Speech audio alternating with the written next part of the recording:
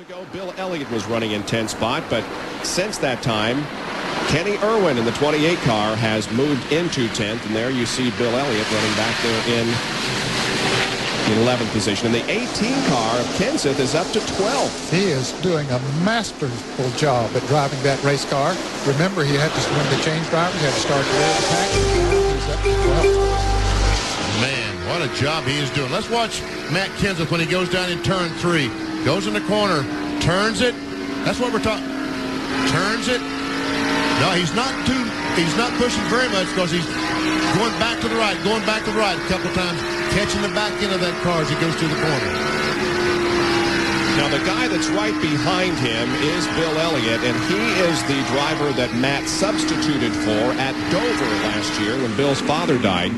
And Kenseth took Elliott's car to a 6th place finish after starting 16th in his only NASCAR Winston Cup start.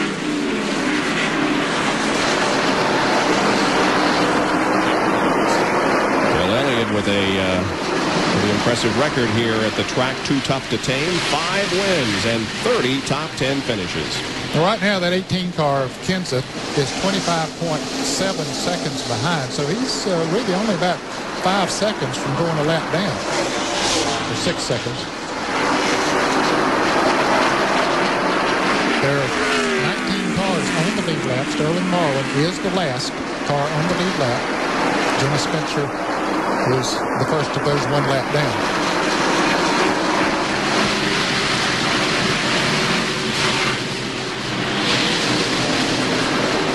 Jeffrey Bodine and Ted Musgrave.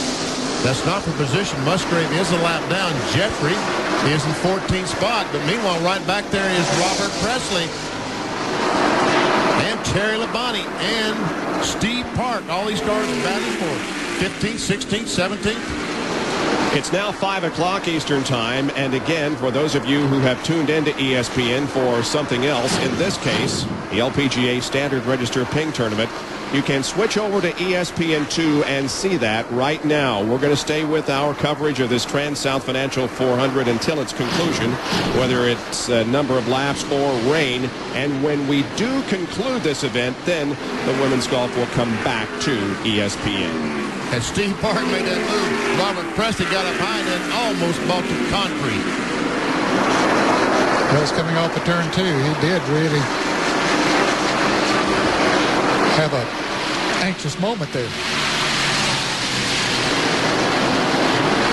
Well, we are what? 3 laps away from being an official race. The halfway point is 140. You can see how dark the skies are back there. The halfway point is 147, so they'll have to run 148. And, oh boy, this does not look good. But we are to that, almost to the halfway point, so that's the good news. It would be nice if we could finish this whole distance, but doesn't look like that Mother Nature is going to cooperate with us on this Sunday afternoon. And Jeff Burton is just pulling away from Dale Jarrett. He now has built it up almost to a 3-second lead. At one time, Jarrett had cut down to about half a second, but Burton got through that traffic and took off. And you see Terry Labonte trying to get underneath Jeffrey Bodine. Can't do it. You see a snapshot of Jeffrey, 28th in points. Apparently running 14th. Here we see Labonte.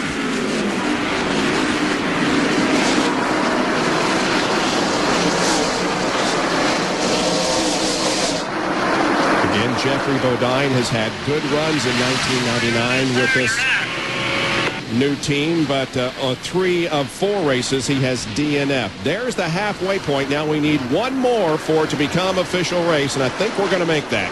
But we've already made it because if they come down to take the checkered flag, they will run 1 more lap. So that's right. Steve Park going on the inside of Jeffrey Bodine, taking away the 15th spot.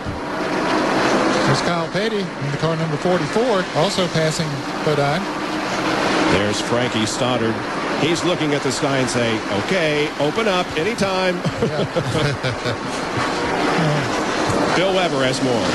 Yeah, he also keeps calling up to his spotter and saying, is it raining up there yet? Is it raining up there yet? Start doing your dance. Start doing your dance. All the spotters relaying to their crews what the weather conditions they can see from high above the track.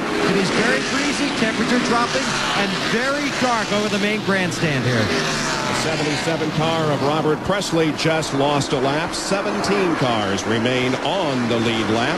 as Jeff Burton continues to show the way here with a battle between Mayfield and Dale Jarrett for second spot, and Mayfield takes it away. Oh, you saw some lightning back there too. And another team that wouldn't mind seeing the caution come out right now for rain is the 18 car, John. Last lap by, Matt Kenseth radioed in and said the car's a little loose. I'm a little hard on the right rear tire. So, guys, he's running in 12th right now. Everybody else down here is waiting for the rain to start. Matt said, next pit stop, let's tighten this car up just a little bit. Jimmy Makar smiled, a wide smile from ear to ear, and said, okay, gotcha, Matt. You want more bite on the next pit stop. Matt is thinking about going the full distance here this afternoon. He's having such a great run out there, and Bobby Labonte is obviously very pleased with the performance of young Matt Kenseth, substituting for Bobby, who broke his right shoulder blade in a bush crash earlier this weekend. 154 laps into the TranSouth Financial 400 here at Darlington Raceway in South Carolina. For those of you tuning on to watch the LPGA Standard Register Ping Tournament, you can tune over to ESPN2 for coverage of that event. And then when we're finished here in Darlington, if necessary, we will show you the LPGA tournament back here on ESPN. So stay with us for complete coverage. Right now, the question is it going to rain in the next few minutes? It apparently is close, but still not raining. The overhead copter cam, Pennzoil copter cam, shows you the leader, Jeff Burton, who has a 2.69 second lead on Jeff Gordon, who has moved to second, Jeremy Mayfield third, then Dale Jarrett and Mark Martin. Jerry Punch. Well, that time by, we were able to feel just a few drops of moisture from the clouds down here entering turn one. We're at the far end of pit road, down in the 24 pit, and there's a very, very dark cell right above the racetrack. Some of the darker stuff is circulated around behind the racetrack. I hope we get lucky, but we did feel a few drops last time by. And one of the big problems, although it isn't really reflected here on our coverage because our cameras are able to keep so much light in them, but it is really dark. It's very difficult looking out our window to see the cars as they go down the backstretch. But we have a monitor we can watch as we see Jeremy Mayfield, third place car, 12 car, trying to go on the inside of Sterling Marlin. And there's the 88 of Dale Jarrett. He's in fourth spot. 40 car is a lap down. Sterling is in 18th position in the 40 car, Sterling Marlin. And the 25 car, Wally Dallenbach, looks like he has lost his engine. Or is that the left rear tire that's flat?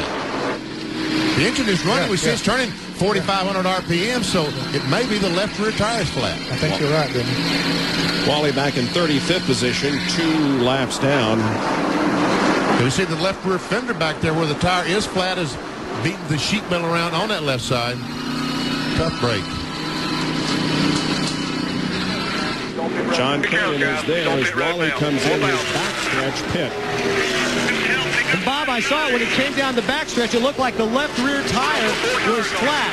And now as he comes into his pit stall, rolls to the side, yes indeed, the left rear tire is flat. And they will go to work on the right side. Wally, who had started out the season with 3 great runs, with that a disappointing run last week, he just told us, crew, man, this is unbelievable. Now they're on the left side. The left side tire's coming off. Now going on. And you can see where the he's just on the inner liner as the whole tread, now the tread that came off the tire is wrapped around the rear wheel. Up in the rotor. And now they've got a cut brake line, they say. So Wally will have to be really careful when he goes out. Now they'll take that left rear tire back up and they'll try and flip off that, close off that left rear brake line. And you can see the fluid down on the ground. And now they're working on it. And, oh, man, just a bad break for Wally Dallenbach's crew.